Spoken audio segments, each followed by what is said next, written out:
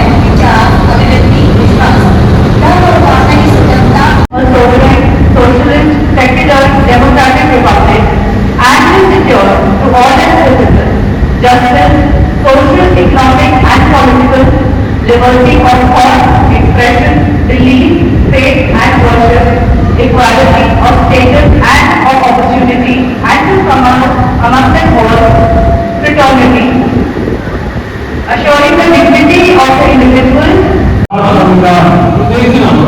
ਅਸੀਂ ਭਾਰਤ ਦੇ ਲੋਕ ਪੂਰੀ ਗੰਭੀਰਤਾ ਨਾਲ ਭਾਰਤ ਨੂੰ ਇੱਕ ਸਮੁੱਚਾ ਧਰਮ ਸਮਾਜਵਾਦੀ ਧਾਰਮਿਕ ਨਿਰਪੱਖ ਲੋਕਤੰਤਰੀ ਗਣਤੰਤਰ ਦੇ ਰੂਪ ਵਿੱਚ ਗਠਿਤ ਕਰਨ ਦਾ ਮਤਾ ਪਾਸ ਕਰਦੇ ਹਾਂ ਅਤੇ ਇਸ ਦੇ ਸਭ ਨਾਗਰਿਕਾਂ ਦੀ ਸੁਰੱਖਿਆ ਲਈ ਨਿਆਂ ਸਮਾਜਿਕ ਆਰਥਿਕ ਅਤੇ ਰਾਜਨੀਤਿਕ ਸੁਤੰਤਰਤਾ ਵਿਚਾਰ ਪ੍ਰਗਟਾਉਣ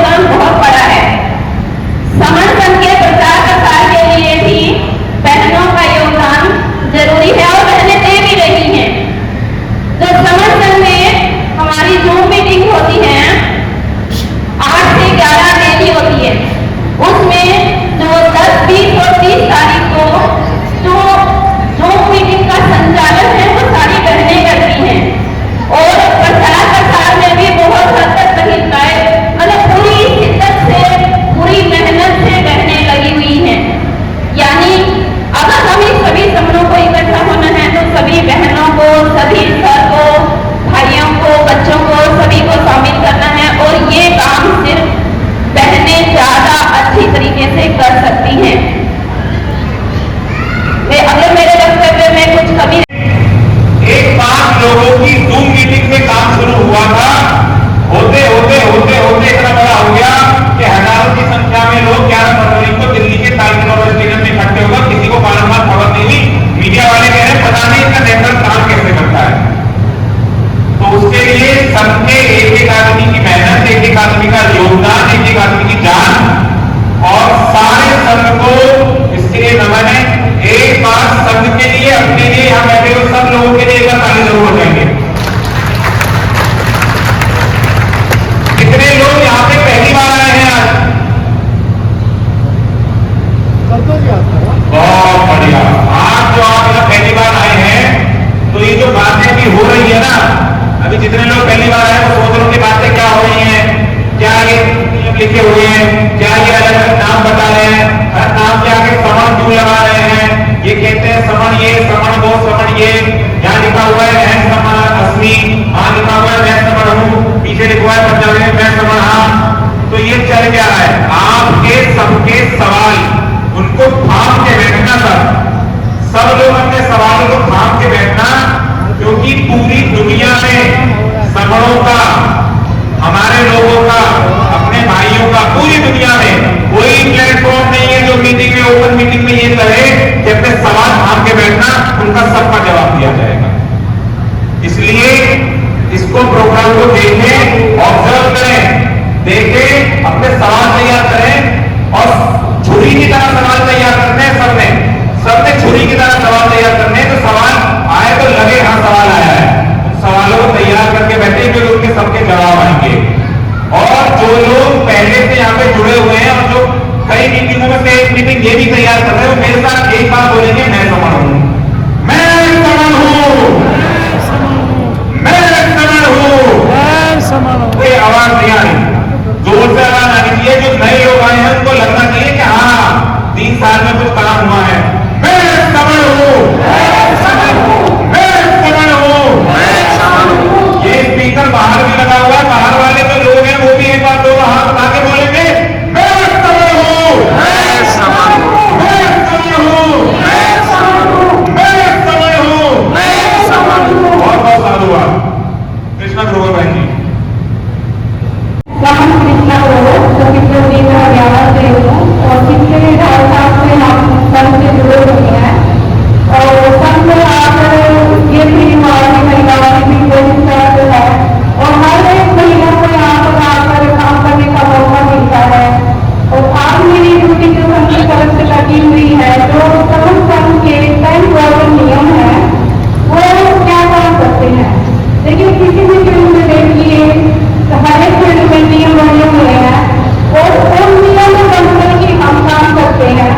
जब नियम को बनकर काम करते हैं तो वो जल्दी भी होते हैं और अच्छे भी होते हैं, सक्सेस होते हैं। किसी भी चीज को देख लीजिए, जैसे कि प्रकृति है वो नियम में काम करती है, गर्मी है तो गर्मी की फसल होगी, सर्दी है तो सर्दी में फसल होगी, क्योंकि उसमें भी फसल होगी एक टेम्परेचर चाहिए। ये नहीं है कि गर्मी की फसल है तो हम उसको गर्मी में उगाएंगे, उसको जो गर्मी की फसल है वो गर्मी में ही होगी, सर्दी की फसल है वो सर्दी में होगी। यहाँ पर प्रकृति का नियम लागू होता है। वही बात हमारे परिवार में भी है। अगर हम बड़ों के नियमों के अनुसार चलेंगे, अगर हम बड़ों के कहने के अनुसार चलेंगे तभी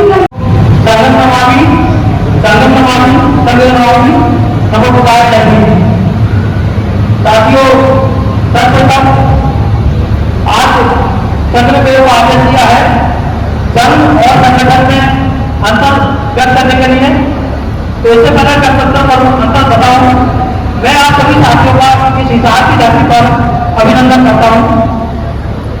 जैसा कि आपको विदित है, आज हम समण संघ की 3री एनिवर्सरी मना रहे हैं। आज समण संघ को 3 वर्ष पूरे हो गए। तो जैसा कि समण संघ है, समण संघ से अब पहले देता है।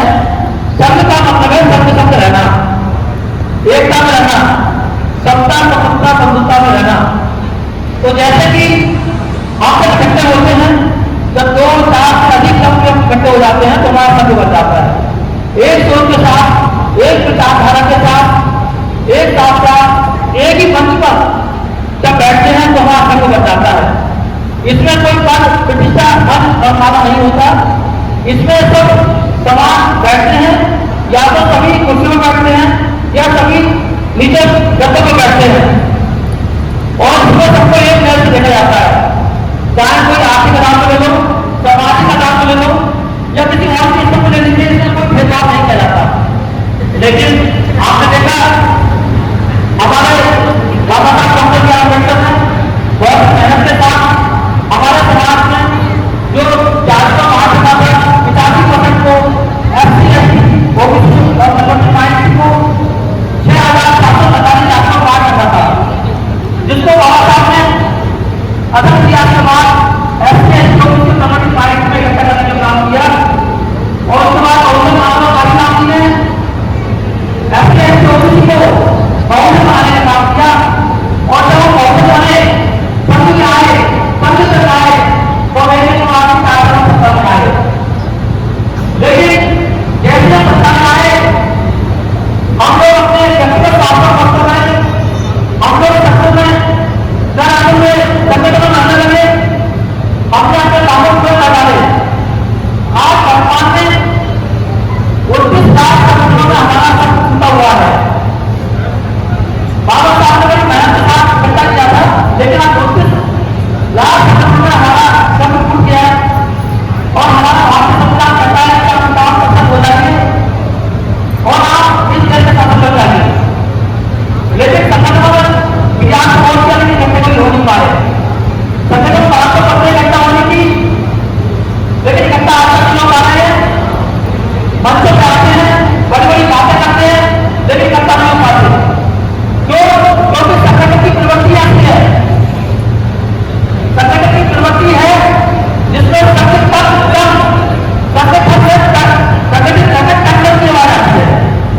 इसकी प्रवृत्ति है कि जैसे हम विभाजित होते जाते हैं, वैसे ही संगठन हमारे विभाजित होते चले आते हैं।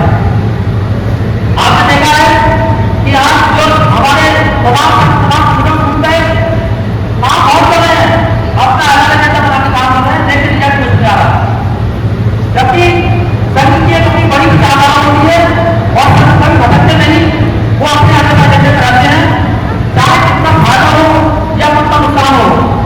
संघ जो है वो अपनी विचारधारा पर रहते हैं, जबकि संगठन छोटे छोटे उद्देश्यों के लिए बनाए जाते हैं और वो भी उनसे आज तक प्राप्त नहीं हो पाते, क्योंकि उनमें विखंडन रहता है। वह 2 के 4, 4 के 8 से 16, 16 से 32 ऐसे विभाजन टूटते रहते हैं। तो इसलिए संगठन में लगातार टूटते रहते हैं और संघ कभी नहीं टूटते। भारत का संविधान कहता है जनता का जनता के द्वारा जनता का शासन। यदि पब्लिक का समाज एक होगा तो यही संविधान ये बोलता है कि आप किसी काम करते हैं तो आदेश करिए किसको क्या करना है। आप यदि करते होंगे तो सत्ता की स्थिति में होगी, लेकिन वो बात आपकी करेगा, आपके अधिकारों की बात करेगा। तो इसलिए संघ में रहकर हम अपना चर्चा कर सकते हैं, संगठन को कभी टुकड़ा नहीं कर सकते। संगठनों में कोई घटना नहीं हो सकते, संगठनों में चर्चा होता है, संगठनों में पद प्रतिष्ठा माना होती है, संगठनों में मंच होते हैं, संगठनों में एक दूसरे काम करने का काम किया जाता है, जिस कारण कभी भी संगठन में सफलता नहीं मिलती। तो जबकि संघ का ऐसा नहीं होता, संगठन में व्यक्तिगत होता है, राजावाद होता है, एकलवाद होता है, संघ में संघवाद होता है। इसमें संघ संपन्न होता है, जो भी निर्णय लेता है वो संघ लेता है। यहाँ पे जो काफी बैठे हुए हैं ये सब संघ है, और संघ मिलकर जो निर्णय लेगा वो संघ का निर्णय होगा, वही संघ का आदेश होगा। जबकि संगठन में क्या होता है, 4 लोग मिलकर एक कमरे में पायलट बनाते हैं, 4 लोग उसको पायलट बन जाते हैं, दुनिया भर से चंदा लेते हैं, दुनिया भर से पब्लिक को बुलाते हैं, तमाम बसों को बुलाते हैं, और लेकिन एजेंडा लागू करते हैं।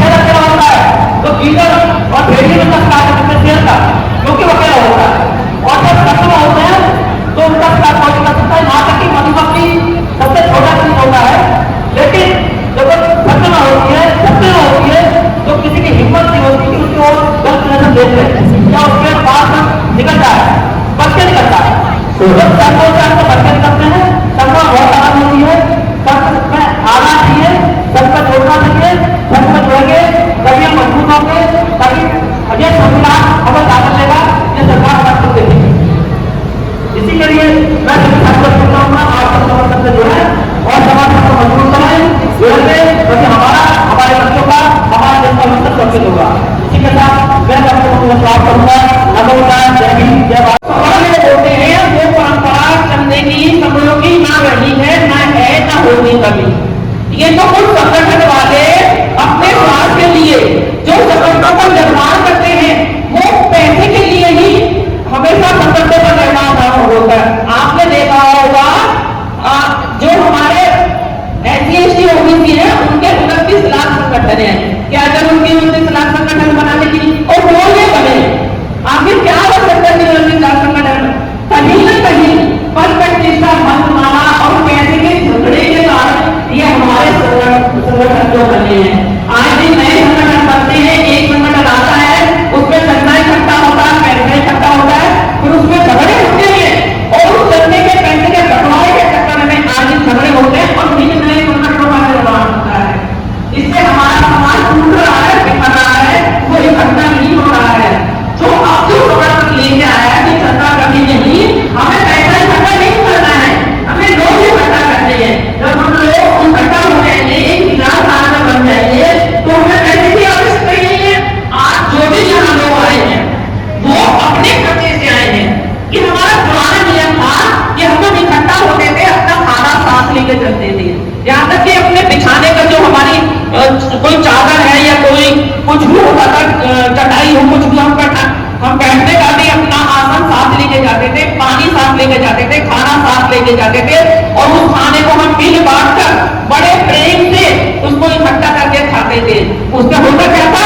हमारा ऊंच नीच, हमारी जाति खत्म होती थी, हमारी छुआछूत खत्म होती थी। जो ये समाज की पुरानी परंपरा, ये बहुत अच्छी परंपरा है कि इसमें पैसा नहीं है, आप इसमें जल्द से जल्द आए, इसमें जुड़े और अपने संघ को आगे बढ़ाएं, क्योंकि संघ ही है जो हमारे बच्चों का भविष्य बचा सकता है।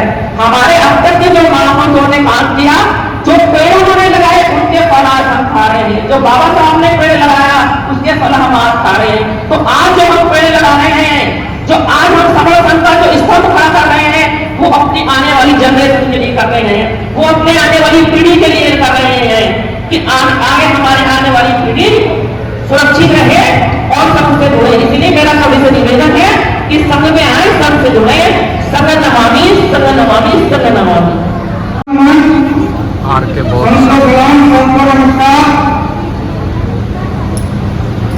मैं समझ आपके बहुत दिल्ली से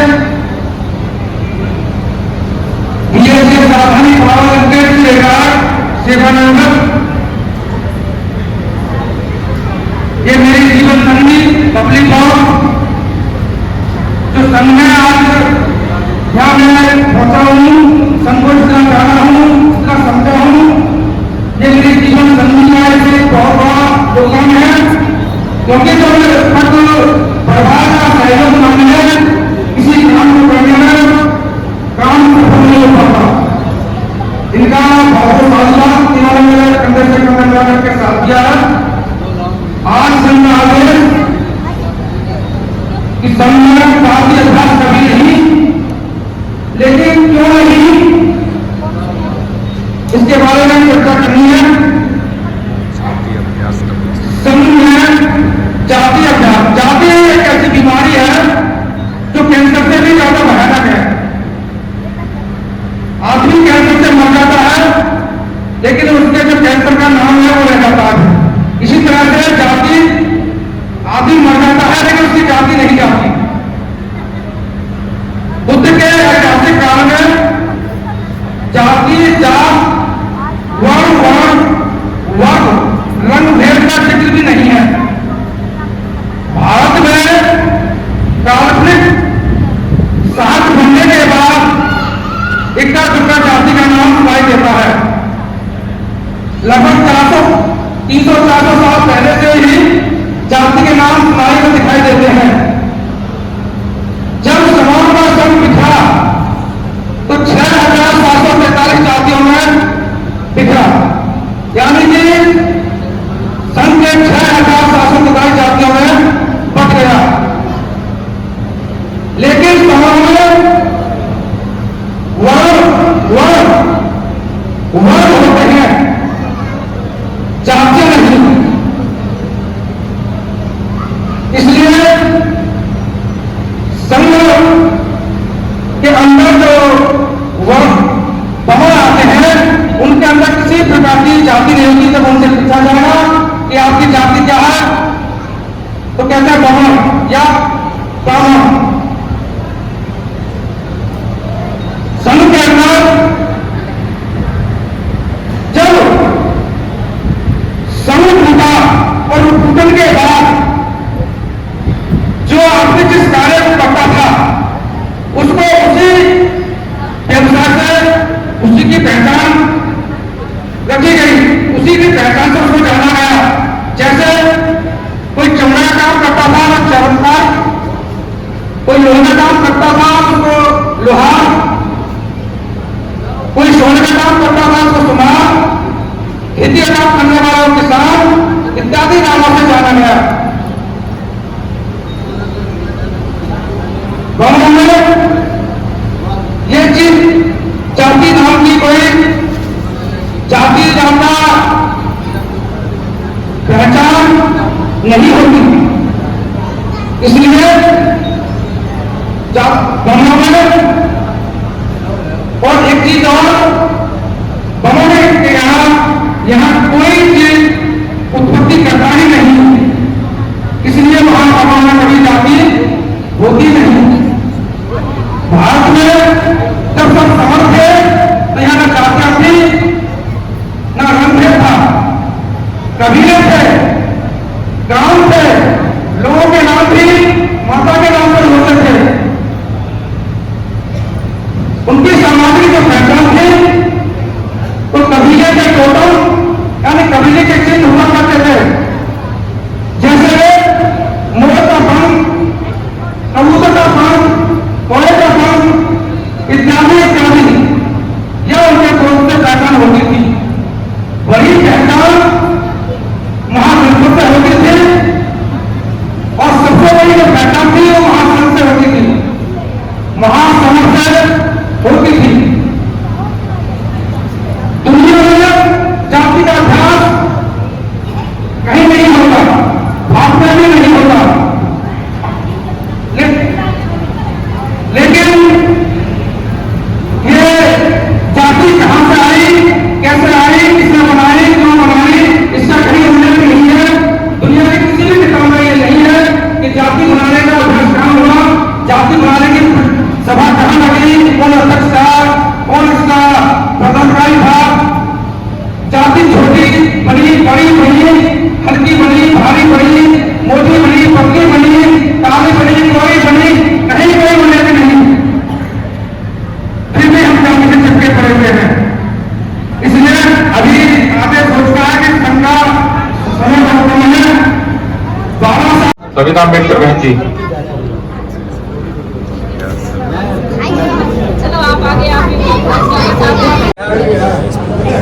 विशाल में उपस्थित संघ को संगम नमामि, संगम नमामि, संगम नमामि। मैं सविता अम्बेडकर डिस्ट्रिक्ट रामपुर यूपी से, और आज आयामों को छूते रहे ऐसी मैं आशा करती हूँ। और जैसे कि आज संघ का आदेश हुआ है, गोल्डन रूल नंबर 9 पर मुझे अपनी बात रखनी है कि संघ में संघातक की वापसी कभी नहीं। संघातक कौन है?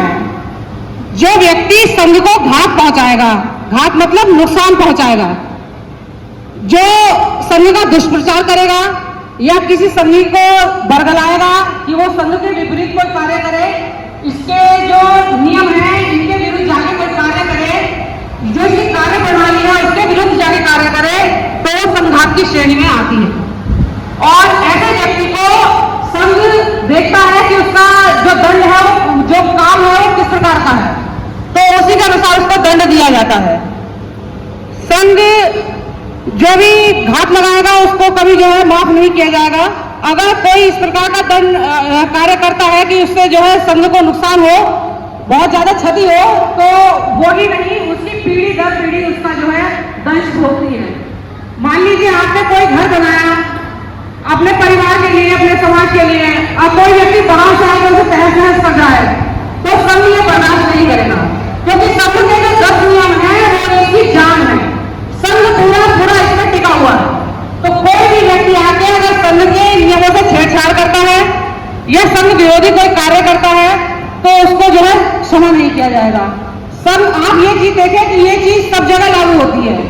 बाबा साहब ने जब भारत गणराज्य का संविधान बनाया तो उसमें भी जो व्यक्ति गणराज्य के विरुद्ध जाके कार्य करेगा उसको आईपीसी की धाराओं के तहत दंडित किया जाएगा। और अगर आप सेना में जाते हैं, सेना के खिलाफ विद्रोह करते हैं तो वहां आपको पनिशमेंट मिलती है। और अगर आप किसी कंपनी में एम्प्लॉय हैं, आप वहां जाकर आप किसी नियमों से छेड़छाड़ करते हैं तो वहां भी आपको दंड दिया जाता है। तो इसी प्रकार से जैसे कि जब सिद्धार्थ थे, सिद्धार्थ के जो 500 शावक थे, जो शिष्य थे उनके जो भाई थे देवदत्त, वो बरगला के ले जाते हैं कि भाई ये कोई इसके जो संघ के नियम है वो अच्छे नहीं है, ये ऐसे ही लोगों को बरगला रहा है, तो वो उन्हें पहला फुसला के ले जाते हैं। लेकिन जब बुद्ध जब ये देखते हैं तो वो अपने जो उनके भंते होते हैं उन्हें उनके पास भेजते हैं, वो उन्हें समझा के वापस संघ में लाते हैं। देवदत्त उनके भाई थे, लेकिन संघ ने कभी उन्हें वापस नहीं लिया क्योंकि उन्होंने संघ का घात किया। तो ये वही संघ है, पुरातन संघ है, बुद्ध से भी पहले का संघ है। तो इस संघ में जो कोई भी घात करेगा उसको कभी क्षम्य नहीं किया जाएगा, उसकी संघ में कभी वापसी नहीं होगी। हम लोग विभिन्न संगठनों में काम किए हुए लोग हैं। 10 साल समर संघ का 10वां जो गोल्डन रूल है वो बहुत ही कम शब्दों में मैं आपको बताऊं। अभी जैसे कि हमारे 9 समर संघियों ने एक कर्तल 9 गोल्डन रूल बनाए, तो 10वां जो गोल्डन रूल है वो ये जो 9 गोल्डन रूल पर ताला लगाया गया है। अभी जो 1 से 9 तक गोल्डन रूल बनाए उसमें बहुत सारे साथियों के मन में ये होगा कि आज का ये नियम है, हो सकता है कि कल को बदल जाए, तो ये ना बदले इसलिए 10वां की गोल्डन रूल तैयार कर दिया कि 1 से 9 तक जो गोल्डन रूल है ये ना कभी बदले जाएंगे, ना अमान्य किए जाएंगे, और यही संघ का आधार रहेंगे। संघ का आधार यानी कि संघ का जितना भी कार्य होगा, जो भी कार्य होगा वो इन्हीं गोल्डन रूल के दायरे में रहकर किया जाएगा।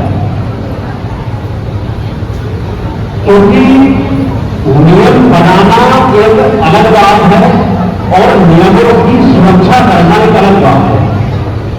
बाबा साहब ने संविधान बनाया, उसमें बहुत सारे नियम बनाए, लेकिन नवी अनुसूची के द्वारा उन नियमों को सुरक्षित किया। तो इसी प्रकार से समर संघ ने भी ये नियम बनाए और 10वें गोल्डन रूल के रूप में ये सारे नियमों को सुरक्षित कर दिया। तो इन्हीं शब्दों के साथ मैं अपनी बात को समाप्त करता हूं, क्योंकि अभी बहुत सारा कार्यक्रम अभी बाकी है, तो विस्तार से बताने का अभी मुझे नहीं है। इसी के साथ उसमें जाएगा, चरणों में कुछ नहीं। और वैसे तो पता है संघ का कोई खाता ना भाई, कोई ऐसा रजिस्ट्रेशन नहीं है, ना इसका कोई अकाउंट है। जो संघ है वही सही है, हमने बैठ के जो निर्णय ले लिया वही सही है। संघ